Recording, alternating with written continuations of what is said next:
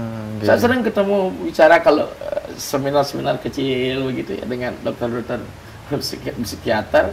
Ini kelainan jiwa nih. Berapa kali yang datang ke sini ngakunya dia pewahyuan, jadi datang kini dia turun diperintah oleh Dewa Siwa gitu. Hanya kita sekarang berada di mana? Saya kan sering dicap sebagai pendeta yang abu-abu. Tapi karena saya dulu di lembaga Parisade memang ada payung tentang sampradaya itu, mau tidak mau kan kitab sucinya seperti itu.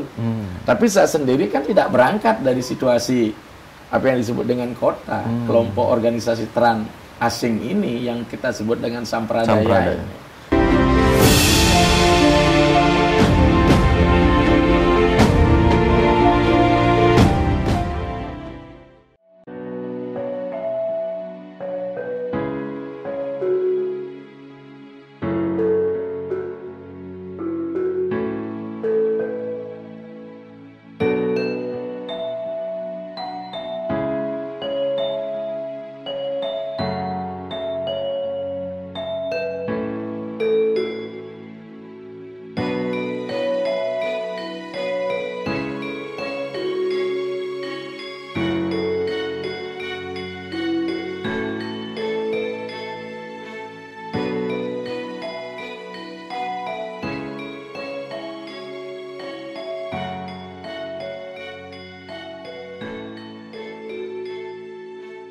Om Swastiastu, salam rahayu pemirsa Hindu Channel. Keberadaan kami beberapa pekan mungkin pemirsa Hindu Channel sudah menyaksikan video-video kami di Bali. Nah, tentu kurang lengkap dan kurang damai jika kita Hindu Channel belum sowan ide Empu Acaryananda. Om Swastiastu, Empu. Om Swastiastu, Namiko. Kami hadir langsung ke Griya Empu. Terima kasih. Kalau lebih jelasnya Griya ini disebut napi nggih? Griya ini bukan pemberian dari saya sendiri, tapi dari nabi atau guru baptis saya. Namanya Griya Mumbul Sari. Mumbul itu artinya nyembur. Nyembur. Kenapa suasananya kok dingin, adem sekali? Memang itulah pilihannya. Dikelilingi pepohonan, ya. Memang ciri khas Bali nggih, Bu? Tidak selalu. Tidak selalu. Tapi saya ingin back to nature. Kembali ke alam, ada air mengalir. Kebetulan Anda sedang berada di Bali. Saya berterima kasih. Jadi bicara masalah Hindu kurang kelop kalau tidak ke Bali. Kalau saya capek nih. Karena dari Lampung semalam. Semalam dari Lampung. Saya berangkat tanggal 31.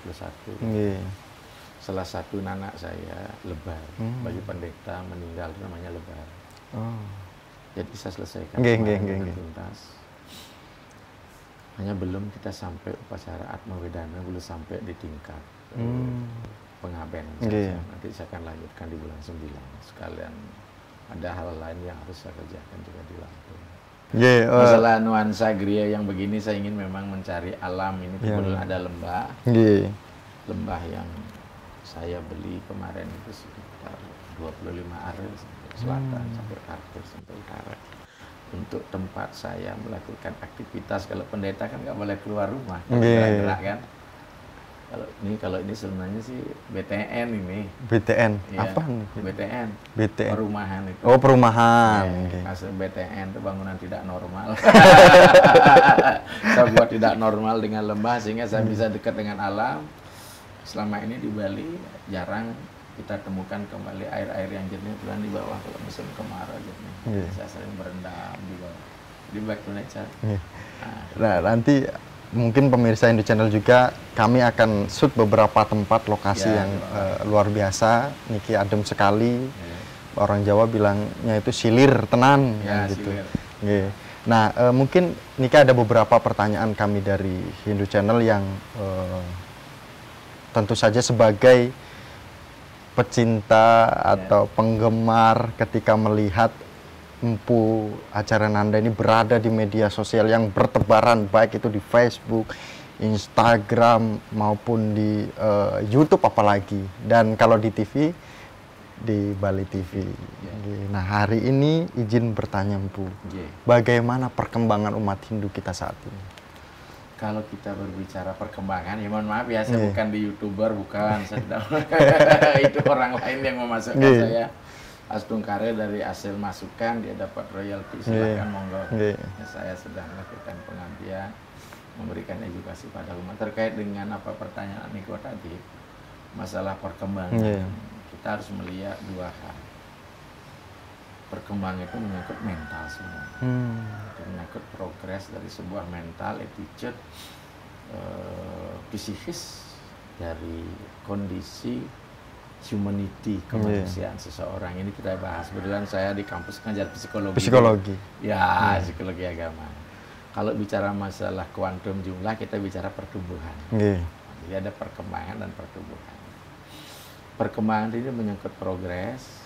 Bagaimana perkembangan umat Hindu? Saya tidak menampik bahwa perkembangan itu dia adalah progres. Ya, not digress. Nah, kalau bicara digress, kemunduran. Kalau progres adalah kemajuan. Bicara umat Hindu kan tidak bicara masalah religiositasnya. Benar. Ya enggak?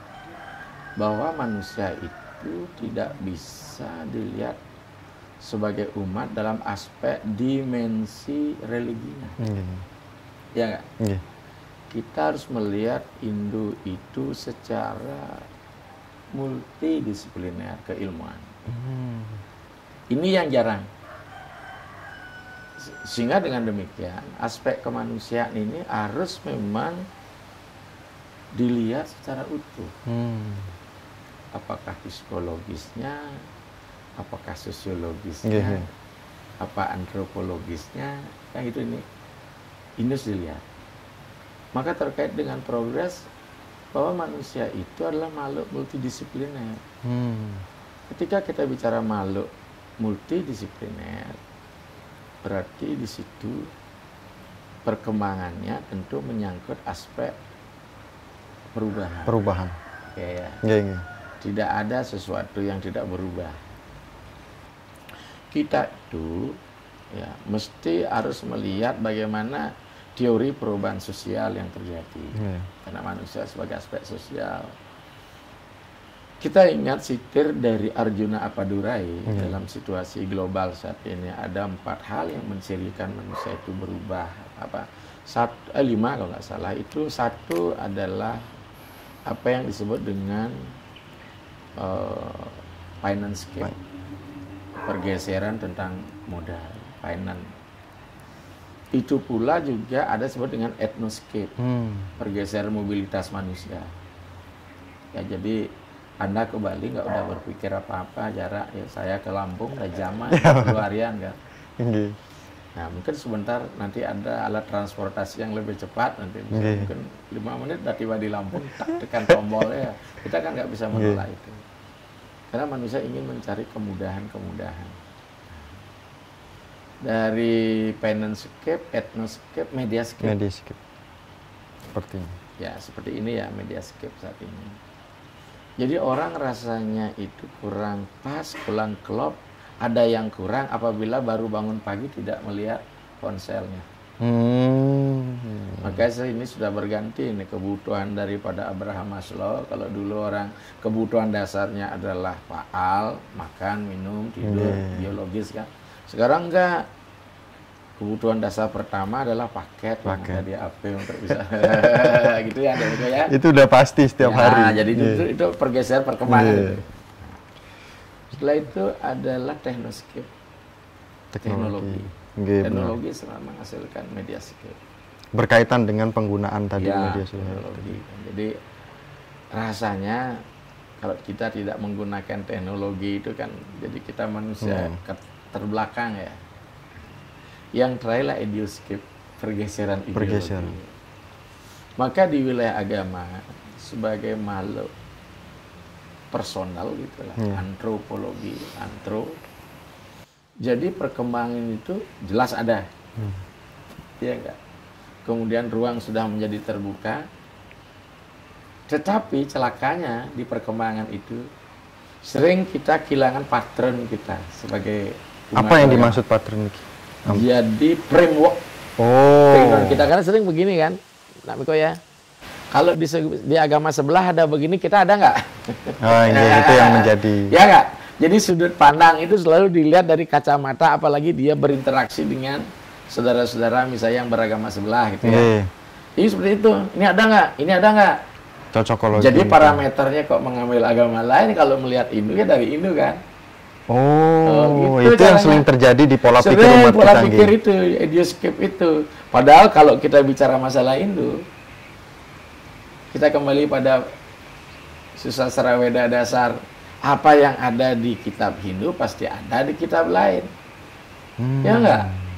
Ya, apa yang tidak ada di Hindu tidak akan ada di kitab lain. Jika tidak ada di kitab lain, di kitab sudah tentu ada. Jadi kan Hindu ini sebagai samudra, lautan ilmu pengetahuan seperti itu. Makanya jangan disempitkan gitu. Saya sering sebetulnya hojo dibanding-banding lah. Makanya ilmu tentang dulu namanya perbandingan agama, sekarang kan udah nggak lagi namanya studi agama. Kalau ada pembandingan berarti ada posisi yang lebih rendah. Maka kalau ingin jadi orang Hindu, lihatlah Hindu secara utuh. Hanya masalahnya bagaimana kita melihat Hindu secara utuh, ini yang kadang-kadang tidak seimbang kita berpikir. Nah, seharusnya pertanyaan itu untuk siapa? Nggih ampura niki empu. Yang mana? Yang pertanyaan bagaimana kita sebagai umat Hindu yang barusan disampaikan itu, apakah memang hanya untuk hanya bahan pertanyaan saja tapi kita jalanin hidup biasa saja atau seperti apa? Ya mesti seluruhnya mesti. Tentang bagaimana sebenarnya Hindu. Dan sekarang kan banyak orang mencampur adukan antara Hindu sebagai institusi dengan Hindu secara spiritual. Kalau spiritual kan sesuatu yang tidak berbingkai, itu bisa liar kemana-mana dia. Walaupun sesungguhnya spiritual itu universal, beyond belief. Ya enggak? Tapi ketika bicara masalah agama Hindu secara institusi, kelembagaan, bicara masalah kelembagaan ada struktur di dalamnya. Di posisi mana? Ini yang sering. Maka itu mari kita menjelaskan Hindu secara strukturnya, batang tubuhnya seperti apa. Ada pertanyaan lagi yang membangkitkan baik itu generasi Hindu maupun tokoh Hindu juga. Karena pertanyaan ini kondisi umat Hindu kita saat ini itu sedang goyah atau sedang memiliki bisa dikatakan konflik seperti itu. Nah, ini tentu saja sudah berjalan lebih mungkin dari 2 tahun gitu kan, 2 tahun atau 3 tahun. Ini menurut Miko karena anak muda. Tapi Empu tentu saja sudah mengetahui ini sejak, bisa jadi mungkin sejak Empu kecil sampai sekarang menjadi tokoh besar Hindu seperti itu. Nah, nah, bagaimana kondisi tentang sampradaya Niki? Mungkin Empu bisa melihat itu. Benih-benih progres itu terjadi. Kritik terhadap perilaku agama terjadi. Dan memang di dalam tradisi kehinduan, hal itu kalau disadari secara dewasa itu ya, saya sebut dengan religious literacy. Jadi kearifan beragama melalui literasi. Literasi itu menjadi wise ya. Tidak akan terjadi. Kalau benar-benar seseorang menghayati, karena di dalam Hindu kita mengenal istilah basya. Basya itu penafsiran. Apa yang dikatakan Sasitir Gus Islah ya, kita kan semuanya beragama tafsir. Ya nggak? Sama ketika bernegara, kitab undang-undang dasar 45 kan nggak bisa dipakai untuk nangkap maling. Weda seperti itu. Maka diturunkan dia menjadi semerti, dari seperti kan? Sila, acara, atmanasusti, dharma pramana itu. Nah ini, maka terkait dengan itu bagaimana keberadaan sebenarnya, seperti kata saya kan tadi, ketika mediascape mulai berkembang atas dasar technoscape gitu ya. Pergolakan dialektika, saya tidak menyebutkan terjadi pertentangan ya, dialektika yang artinya menuansai, sebab dalam teori konflik masyarakat yang statis adalah masyarakat mati. Masyarakat berkonflik, masyarakat yang bagus. Itu tanda-tanda masyarakat hidup. Umat Hindu kita saat ini Iya, bagus. bagus menurut saya. Tapi yang paling kacau kan ingin membunuh satu sama lain. Sama di partai, kalau dia single majority, monopoli, tidak ada oposisi, berbahaya itu. Adigang tuh. Maka dengan ada konflik ini kan semua bangkit menunjukkan eksistensi. Oke kan, Amika? Oke, benar, Mpu. Hanya kita sekarang berada di mana. Saya kan sering dicap sebagai pendeta yang abu-abu. Tapi karena saya dulu di lembaga Parisade memang ada payung tentang sampradaya itu, mau tidak mau kan kitab sucinya seperti itu. Tapi saya sendiri kan tidak berangkat dari situasi apa yang disebut dengan kota, kelompok organisasi trans asing ini yang kita sebut dengan sampradaya. Ini. Sebenarnya bicara masalah di Bali sudah tahun 1920 loh, Miko, terjadi itu. Sudah 102 tahun yang lalu. Dialek ini, tapi kan tidak segencar ini yang menimbulkan polarisasi dan hal yang bersifat diametral, dua yang bertolak belakang, membentuk dua kubu yang betul-betul siap mau perang terus, ya sudah perang kan, itu perang opini dan sebagainya. Karena ketika dunia pendidikan sudah mulai masuk, ya enggak? Anda tahu nggak apa beda ilmu dengan agama? Agama harus diyakini, sementara ilmu harus disangsikan. Untuk bisa melahirkan sesuatu yang baru dalam penelitian harus sanksi, Anda. Bahasa keren skeptis kan? Nah, ini anak sekolahan ngerti itu. Orang skeptis itu bukan tidak percaya, bukan percaya. Berarti saya sering ngajar di filsafat itu. Skeptis artinya adik daripada tidak percaya, saya bilang. Mengapa demikian? Dengan ketidakpercayaan kita ingin mengeksplor. Nah, udah nikah belum? Belum, Bu. Nah, Anda percaya nggak sama pacaran, Anda? Saat ini masih proses percaya. Masih proses, kan belum percaya penuh, belum, kan? Skeptis. Salah tidak, Bu? Hah? Salah tidak? Tidak. Anda perlu menguji kesetiaannya. Betul nggak? Betul. Dalam menguji itulah kita mendengar dugaan, dalam itulah hipotesis. Lakukan penelitian, benar asal dalil, jadi tesis gimana nih? Saya ngajar ilmu, saya nggak dibicarakan itu di ruang publik, karena audien kita nggak perlu nangkap seperti itu. Mungkin mudah-mudahan di middle class yang nangkap ini. Bener. Makanya agama tidak boleh doktrin ini nggak bisa. Doktrinnya yang mana nih? Itu akan berdampak kepada, seandainya ada doktrin agama itu akan berdampak pada si pendengar itu atau audiens itu. Akan ada pengkerdilan. Apalagi kita di Hindu. Aham Brahma Asmi. Nah, maka itu konsep ketuhanan kita bagi tiga. Ada Brahma Tattva, apa yang dituliskan dalam kitab suci, dalam bentuk agama Pramana. Betul nggak? Agama Pramana dia. Kitab suci ini kan tidak kaku dia. Sementara ada pertentangan di batin, maka kitab suci yang mengarah kita harus begini munafik jadi orang. Benar. Iya di depan, tapi dalam hati, ya nggak? Jadi dia tidak menemukan diri ketuhanan pada dirinya. Myself ini yang penting. Inilah konsep yang disebut dengan widya. Wid artinya tercerahkan.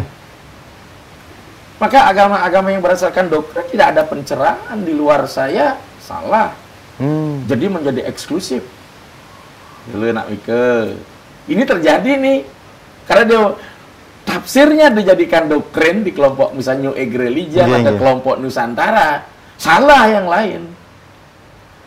Saya beraku adalah, makanya saya berada apa? Saya memang berangkat dari kenusantaraan sebagai seorang pendeta yang menggunakan ini dan Sanyuri Sawano setiap pagi dan muput ritual. Tapi ini saya nyantai seorangnya. Makanya saya sering bilang, jangankan kita sesama Hindu, ada kan titik-titik temu yang bisa kita jadikan satu sarana untuk memperkuat dalam konsep moderasi beragama. Inilah. Nah, ide Empu, ketika Miko mendengarkan atau menyimak apa yang Empu sampaikan, secara pribadi Miko ingin berusaha untuk tidak ingin ada pertanyaan lain, tapi ingin menyimak. Nah, apalagi kita dengar bahwa Empu sudah tidak lagi ngajar menjadi dosen, udah pensiun. Emang nggak kasihan dengan mahasiswa yang, aduh Empu, kita sayangkan sekali Empu tidak ini. Nah, penjelasan Empu ini membuat kami itu, orang yang mendengarkan itu langsung fokus memperhatikan dan benar-benar mencerna itu. Gitu. Kasihan, kenapa harus berhenti Empu jadi dosen? Satu, karena kondisi fisik saya karena lelah. Nggih. Kedua, kesibukan saya di luar kampus itu luar biasa. Jadi kasihan mahasiswa. Tapi ada satu prinsip, saya pernah baca buku Spirit of Journey ya. Perjalanan Sang Roh. Sesungguhnya setiap persona di dalam hidup dia sudah punya guru penuntunnya. Oh. Maka apa kata Gandhi, when the sisa ready sang guru appears. Kapan murid itu siap, guru sejati akan datang. Karena apa yang diwacanakan oleh kita masih ingat perjalanan Sang Buddha kan nggak pernah percaya sama guru-gurunya. Jangan-jangan pendapat gurunya itu. Ya nggak? Sekarang ini kan kita terjebak oleh pendapat-pendapat guru kita. Buktikan itu, temukan. Kamu punya guru penuntun, ini yang penting. Tapi asal renunganmu, kontemplasimu, coba kau padu-padankan dengan apa yang ada dalam framework kerangka kerja dalam agama yang kita. Kalau ternyata dia benar dan memperkuat, berarti benar itu. Jangan juga bilang spiritual bertentangan dengan ini, dengan hukum-hukum kebersamaan, hukum komunal. Misal sekarang banyak saya sudah dibaptis di alam niskala jadi pendeta gitu misalnya. Nah, saya sudah dapat guru spiritual saya ini. Saya sering di Bali itu kan fenomena keraukan itu loh kesulitan. Ya. Baru-baru ini juga? Iya, hampir. Ya enggak? Padahal itu juga karena kesurupan memang gelombang yang mepet atau memang karena ada satu hal kelainan pada diri menjadi dia expect. Merasa apa ya perfect banget. Padahal di situ ada zat lebih di otaknya, dopamin namanya dalam ilmu psikiater itu. Saya sering ketemu bicara kalau seminar-seminar kecil begitu ya dengan dokter-dokter psikiater, ini kelainan jiwa nih. Berapa kali yang datang ke sini ngakunya dia pewahyuan, jadi datang kini dia turun diperintah oleh Dewa Siwa gitu. Dia sudah kawin dengan Dewa Wisnu. Saya paling-paling hanya bilang seperti apa ya, seperti babi kekenyang, itu aja. Saya kan mau berdebat. Ya, saya nggak mau berdebat. Makanya konsep kita psikologi kita kan ada 3 ya. Ada emosi, ada kognisi, ada intuisi. Ya enggak? Salah mengelola, crazy, gila. Itulah yang terjadi.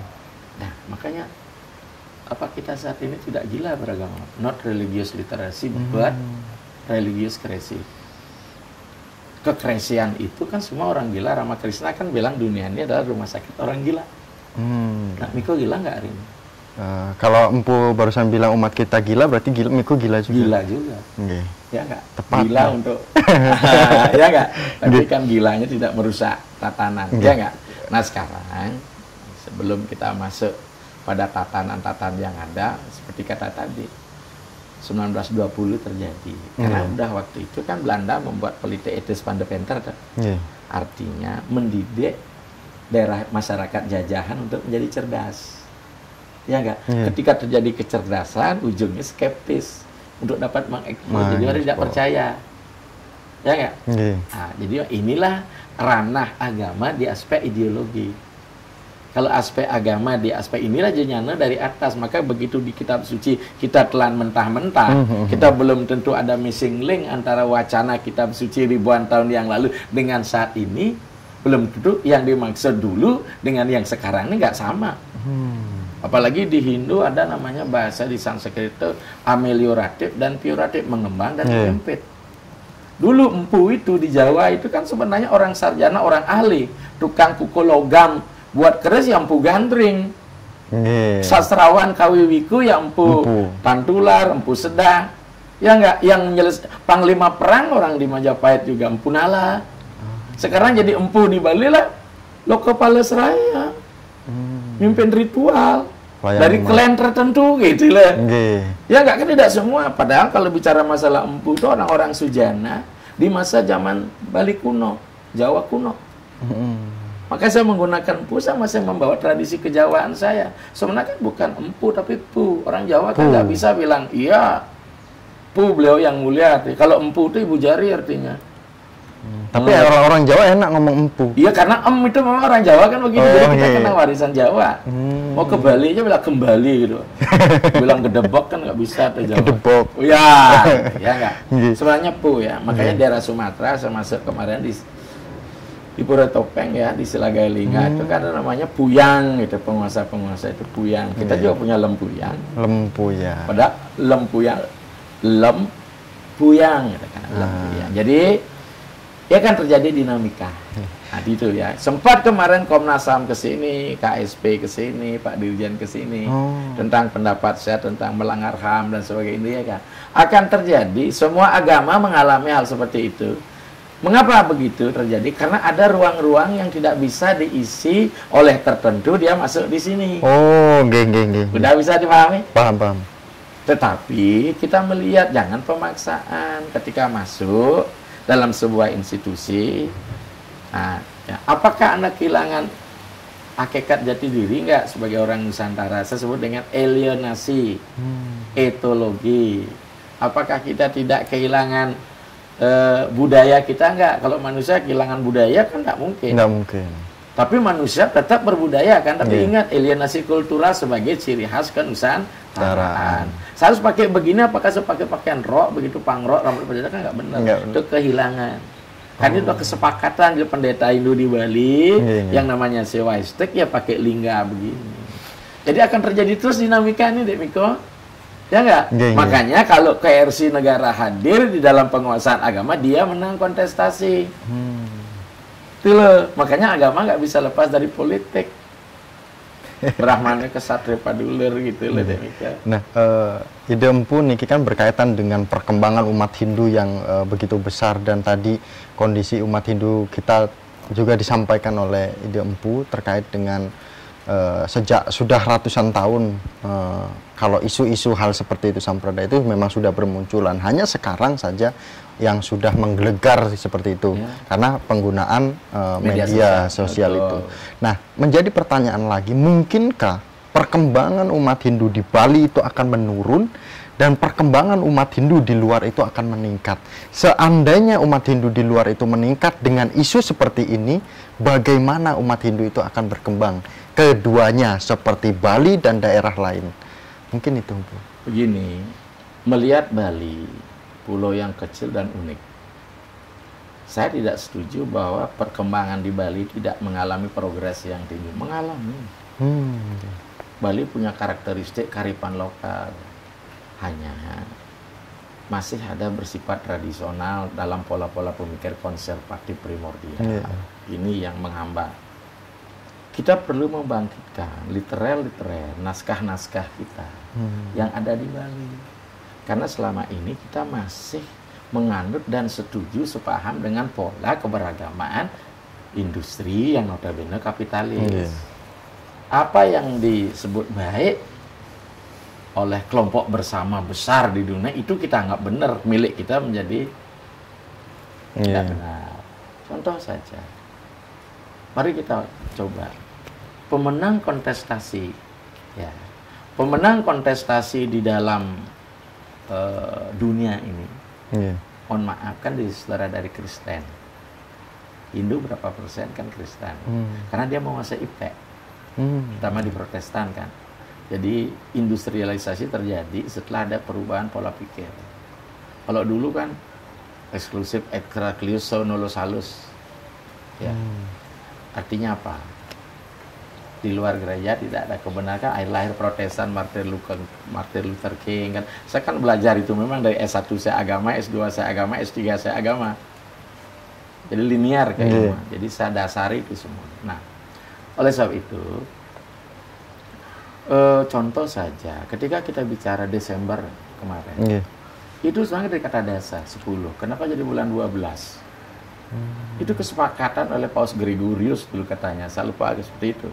Januari itu ke 11, Februari ke 10, ke 11, Februari itu ke 12, maka bulan Maret tepat kita bulan pertama mestinya.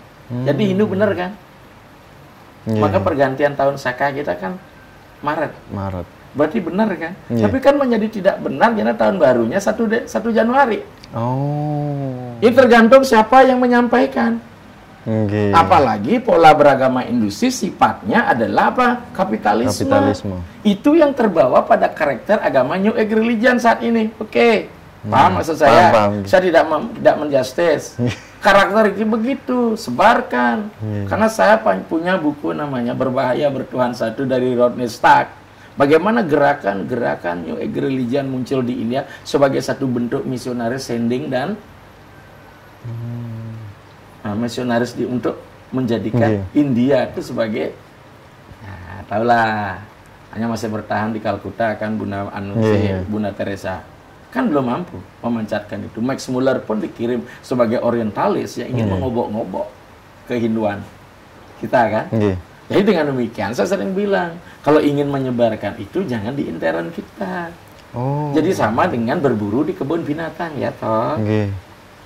Masih banyak yang perlu kita, anak-anak dalam misalnya. Itu maksud saya. Nah, tapi kembali karena menganggap dirinya benar dari tafsir-tafsir ini, ya udah kita ngomong. Maka saya kan tetap kekeh. Ya, saya tidak ingin tradisional yang bersifat eksklusif, apa yang kita miliki. Saya tidak ingin yang progresif yang bersifat eksklusif. Makanya saya ambil jalan tengah, the third way dari Gidan. Tesis, antitesis, sintesis. Itu jalan saya. Oke? Ini ya. Kalau pikir beragama ini. Penyakit di Bali bukan perkembangannya menurun, tidak. Jumlah tumbuhnya yang lambat karena kita zero growth di Bali. Orang saja, anak saya satu kok. Sementara pendatang membanjiri kita. Apa itu etnoscape kan? Maka di mana ada gula, di situ akan semut hadir. Jadi menurunnya populasi Bali persentasenya bukan karena orang Balinya yang ya karena pola pikir industri itu sekarang orang Bali punya anak kan ribet banget tuh. Beda dengan sampean di Jawa, dengan di Sumatera. Malah saya sarankan di Sumatera banyak tanah, masih banyak sini. Masih banyak sekali. Betul. Di Bali mau gimana? Dengan perkembangan umat Hindu di Jawa atau di luar daerah? Kalau di Jawa moderasinya bagus, sehingga akhirnya dalam satu atap bisa Kristen, bisa Islam. Saya kan sering masuk Boyolali, gimana? Klaten juga. Dekat Kaliworo, saya jalan saya sampai ke Gunung Lawu. Kenapa? Lemah ikat. Mengapa lemah ikatan? Kalau di Bali mengapa kuat itu loh? Pura keluarga itu kuat ikatnya. Jawa no kak jenengan duit kak itu. Kontan ora toh? Ora ono. Nggih, ora ono. Boten enten. Boten enten. Jadi saya katakan ini menyebabkan kita hanya kelemahannya ketika kita ngikat ini aspek sosial, dia marga apa gitu. Mulai perang ini. Marga ini dikalahkan oleh ini dulu, dia menjadi subordinat. Padahal kita apapun marga kita, soroh kita tetap itu pelingih kemulan itu ada. Kemulan mana ada Bali bahasa orang Jawa, Medang Kemulan. Medang Kemulan. Iya. Oke ya. Jadi di Bali nggak ada kemunduran. Nggak ada kemunduran. Atau kemajuan. Yang menjadi pertanyaan lagi, Empu. Ini durasi sudah berapa nih? Kalau kita diskusi nggak sadar dengan durasi. Nah, apalagi kita hari ini kan momen juga nih, kita sudah Hindu Channel bisa sowan langsung ke Griya Empu Acarya Nanda. Nah, mungkin ada pertanyaan lagi terkait dengan Bisama, tatanan mungkin seperti apa yang menjadi mungkin yang seharusnya. Kalau kita bicara Bisama, ya itu kan bahasa Sanskerta, artinya semacam perintah yang tidak boleh dilanggar. Hadirnya dari mana? Dua, karena kita memuja God worship, ancestor worship. Ada Bisama yang diturunkan oleh pendiri dinasti, di mana keturunannya tidak boleh melanggarnya. Itu namanya Bisama Kawitan. Ya. Kemudian dalam tata laku dan tata sarana beragama, tentu dengan adanya perkembangan zaman masih menimbulkan keraguan di dalam petunjuk-petunjuk kitab suci dan susastra Weda khususnya. Maka lembaga parisada menjadi sangat penting, terutama di kelembagaan pendeta. Maka saya sering bilang sebenarnya yang berkonflik kan walaka aja nih. Saya kembalikan parisada pada benang merahnya. Karena walaka itu ada kepentingan politik, ada kepentingan finance. Kalau kita kembalikan parisada sebagai lembaga pendeta, aman kita. Terutama yang sepaham. Karena saya katakan tadi struktur agama itu di spirit, kata spirit meyakini Tuhan, tapi spirit kita Pancasrada. Oke. Ya nggak? Kita nggak pernah ada menyembah orang di situ, betul nggak? Di Betul. Pancasrada kita. Terus New Age Religion, gerakan agama nyembah orang nggak? Nyembah. Makanya ini aja udah beda konstruk berpikir. Oke. Bagaimana kita bisa satukan? Maka saya bilang kemarin, saya bilang KSP datang, kami tidak anti. Ibaratkan satu halaman, dua kendali, bagaimana? Lebih baik pisah rumah kan? Oke, benar. Berdirilah jenengan sendiri. Karena apa? Parisada, ya, Hindu Dharma Indonesia. Bukan Parisada Hindu Dharma, Parisada Hindu Dharma Indonesia. Apa dharmanya Indonesia? Kewajiban Indonesia. Ya itu dong diikuti. Oke. Ya. Nah sekarang Bisamo yang inilah diurus oleh keputusan para pendeta yang disebut Brahmanasista. Inilah Parisada menurunkan Bisamo, petunjuk-petunjuk yang harus dilaksanakan. Tetapi tidak seperti hukum positif. Jika dilanggar, dimasukkan sel sidang pengadilan kan tidak. Toh. Ada sanksi secara niskala. Ini itulah Bisamo. Maka di dalamnya Bisamo itu bukan hanya petunjuk, adalah sabda yang bertuah gitu loh. Pastu kalau orang Bali bilang. Ada kutuk juga di dalamnya. Jadi Bisamo itu mewakili kutuk, pastu, tuntunan, tatanan itu. Okay. Itu. Udah. Okay. Nah, pesan dan mungkin apa yang sebenarnya menjadi PR kami umat Hindu. Jika berbicara kami umat Hindu dan umat Hindu seluruhnya, tentu tidak terlepas dari generasi Hindu dan juga para sesepuh kita tentu. Betul. Satu, kembalikan Nusantara Indonesia pada narasi besar keberagamaannya. Ya enggak? Mana cikal bakalnya? Okay. Jawa, Sumatera, Bali kan serpihan Jawa. Saya sering bilang saya nggak pernah membalikan jenengan di sini Jawa. Membalikan enggak, tapi mengembalikan kekayaan Jawa ke Jawa ya ada, saya bilang. Okay. Kulo dari Jawa, dari Kediri leluhur saya biar Anda tahu. Daerah Madiun itu. Maka dekat dengan Karanganyar. Jadi kami punya leluhur masih di Karanganyar. Di Dukuh Kepasekan. Artinya Bali ini pewaris budaya aktif. Tidak pernah berhenti modal-modal simbolik macam begini. Tapi jenengan di Jawa mohon maaf, naskah-naskah Jawa Merapi Merbabu itu kan semua ke Bali itu naskah-naskah tato-tato itu mana orang Bali buat? Itu biar tahu itu. Orang Jawa belum tentu baca. Belum tentu Jawa, padahal justru dari Jawa ya Merapi Merbabu itu. Naskah Yoga Sutra Patanjala yang kemarin diterbitkan oleh Akri. Uraspati Tato Buana Kosu itu sastra-sastra kelepasan itu, sastra-sastra pasraman itu dalam konsep Katiaga. Nah sekarang kembalikan narasi besar. Prasastinya mana? Borobudur dan Prambanan. Ini besarnya. Mau kayak Jawa, Sriwijaya juga datangnya dari Borobudur, Sailendra, Sanjaya. Kembalikan ini. Ada yang salah nggak dengan sistem keragaman ini? Maka kalau ini dikembalikan berarti kita sudah hormat pada leluhur kita.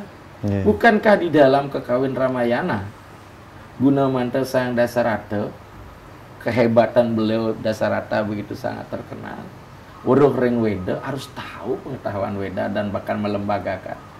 Bakti ring Dewa, sembah sungkem pada para manifestasi beliau. Ya. Kemudian Bakti Dharma Lupeng Pitra Puja. Jangan tidak hormat pada leluhur. Kalau Anda bagian dari sistem keorang tidak hormat sama leluhur, bagaimana? Kok manusia yang masih hidup dipuja gimana? Leluhur Anda, Pitri Dewa Bawo, Matri Dewa Bawo. Makanya kami muja itu. Jadi menghormati hasil karya leluhur Nusantara berarti kita menghormati leluhurnya. Betul nggak? Betul. Terakhir masih tesireng suwogotra kabeh. Mari kita bangun kesaudaraan humanity kita.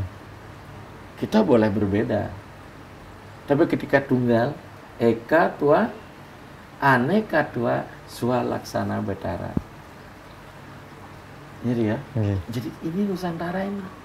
Itu kan menjadi slogan Bhinneka Tunggal Ika. Berbeda gitu. Silahkan berbeda. Nak Niko dengan saya kan beda, wajah beda. Wajah beda. Tapi strukturnya sama. Kan nggak ada hidung di belakang toh. Ya nggak, telinganya pasti kedua ya. Tapi wajahnya bisa dibedakan. Strukturnya sama. Ini yang menyamakan bahwa kita manusia. Tapi kalau agama udah membangun struktur yang berbeda, cocok nggak kita ajak bersama hidup? Bukan berarti kita anti. Ya, benar Bu. Kita tidak anti, karena negara menjamin. Iya. Tapi mbok ya jangan campur baur dong. Iya. Ya. Walaupun Sinar mengatakan dalam buku Kebijaksanaan dari Timur yang udah perjumpaan. Ya, kalau kita tidak memiliki chemistry yang sama, kita tidak bisa berjumpa. Kita berbeda, tapi chemistry Anda sama dengan saya, sehingga kita bisa ketemu. Maka samakan chemistry dulu. Kalau Anda tidak sama chemistry, mau menyerang yang lain, ya mikir. Buat lembaga sendiri itu saya. Saya tidak antipati. Suksema, matur suksema, Empu Jaya Acaryananda, dan juga tentu saja pemirsa Hindu Channel. Diskusi kita pada hari ini menjadikan pembelajaran kita bersama dengan apa yang sudah Empu sampaikan pada hari ini, dan juga permintaan dari pemirsa Hindu Channel dan umat Hindu yang ada di Bali. Mungkin Empu bisa menyapa umat Hindu Channel untuk selalu mendukung Hindu Channel, Empu. Ya, biar laris. Niki izin. Ya, saudara-saudara Dharma dimanapun berada, mari kita apresiasi kinerja anak muda ini. Di mereka ini single-single semua. Ini calon-calon militan, ya. Tapi jangan menjadi pasukan yang ya menjadi penghancur yang lain. Jadi adalah pasukan yang memberikan pencerahan sesuai dengan wacana sabda suci kita, Om Anubhadra ketahui yang Wiswata. Di semua pencerahan, salah satu pencerahan datang dari channel Hindu Channel. Ya. Mari kita dukung, kita berikan semangat.